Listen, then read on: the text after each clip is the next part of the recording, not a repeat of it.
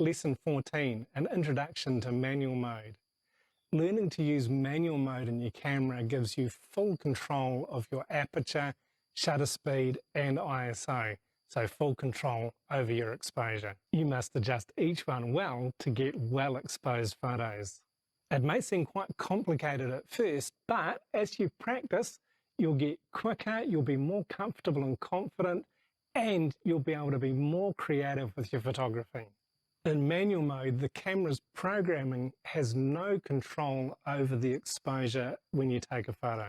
And using manual mode on your camera is different than using it on your phone, because on your phone you probably still don't have any control over the aperture setting. When I first started taking photos, this was the camera I used and I had to use manual mode. There's no mode dial. There was no option to use aperture or shutter priority or program mode. I had to learn to adjust the shutter speed and the aperture settings myself, and my ISO was governed by whatever film was in the camera at the time. And the only opportunity to change that was when I changed the film. I really do wish that camera manufacturers would make such a simple digital camera, because I believe it is the best way to learn photography, to have to use manual mode. Learning manual mode is not so complicated when you put your mind to it. Being in control of the settings of the exposure triangle gives you more creative control and you can make much more interesting photographs. Using manual mode, you'll need to use one of two methods to determine how your exposure is going to look. Using live view on a digital camera is about the easiest way to gauge how your exposure is going to look.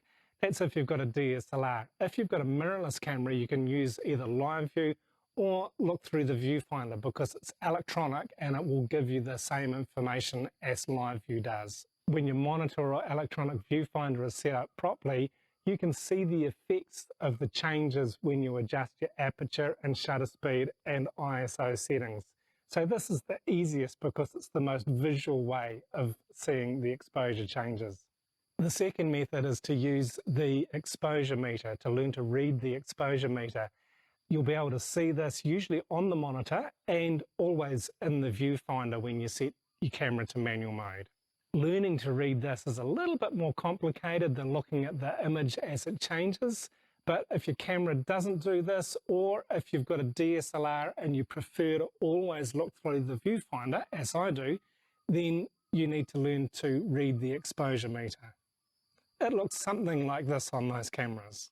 As you make adjustments to your aperture or your shutter speed or your ISO, watch the exposure meter.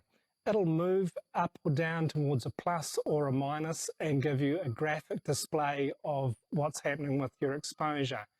When the exposure is reading 0, the camera is determining that this is a correct exposure.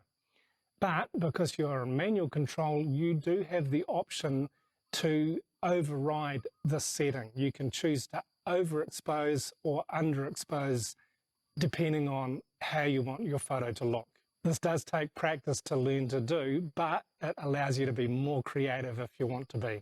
So when you adjust your shutter speed or your aperture setting to a higher number, the meter will move towards the minus side because it's letting in less light. When you adjust your aperture or shutter speed to a lower number, you're letting in more light, and the meter will move towards the plus symbol because it's letting in more light. With your ISO, if you adjust from a lower ISO setting to a higher ISO setting, then the meter will also move towards the plus. And the opposite, if you're at a higher ISO and you turn it down to a lower ISO, then your meter will move towards the minus side because it's controlling the sensor to be less responsive to light. When you're using manual mode, it is still possible to have your camera set to auto ISO, but I don't recommend doing this because it means that your camera is still ultimately in control of what the exposure will be. It is a little more complicated. It does take time and practice to learn how to use manual mode, but once you've discovered how easy it is, once you've practiced it, you'll probably not use any of the other exposure modes on your camera. Because in manual mode, you're in full control of your settings, and this allows you to choose creative exposures that your camera would never set because it's not programmed to do so. Lesson 14, an introduction to using manual mode. In this exercise, you'll get more familiar with managing the controls of the exposure triangle. For this exercise, set your exposure mode to manual, that's M on your dial, and find a fairly evenly lit place to photograph a static subject. Start with your shutter speed on 1/125th of a second and your aperture set to f8.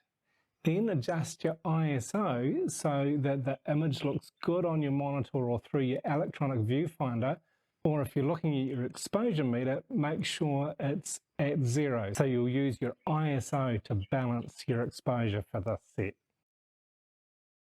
Once you've made some nice photos with good composition, then double your ISO. So if it was at 100, now put it at 200. If it was at 200, put it to 400. And take a few more photographs. Don't adjust your other settings. Leave those as they are.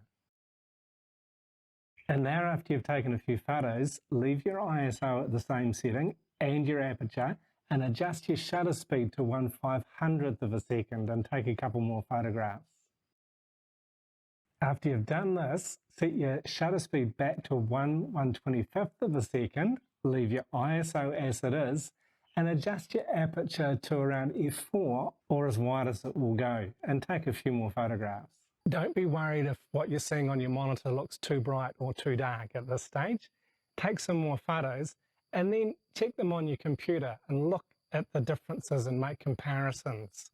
Keep making good notes about what you're doing and the camera settings that you're using so that you can use these as you're looking at your photographs. Some of your photos surely will be underexposed and others will be overexposed. However they look, choose 2 or 3 of the best ones to save to your favorites folder. And remember that your camera is smart. The artificial intelligence in these machines is fantastic, but it's not creative. You are. Your camera will only do what it's programmed to do unless you're controlling the exposure. Learning to understand light and control your exposures on your camera will allow you to become the most creative photographer you can be. It'll allow you the most flexibility and provide the most fun. It does take practice to master manual mode, but as you do, you'll really love your photography more and more. The main points from this lesson are, with your camera set to manual exposure, you're in control of the aperture, shutter speed, and ISO settings. Using manual mode is not as difficult as you might think.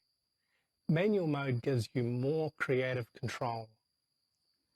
Practice this to improve your photography.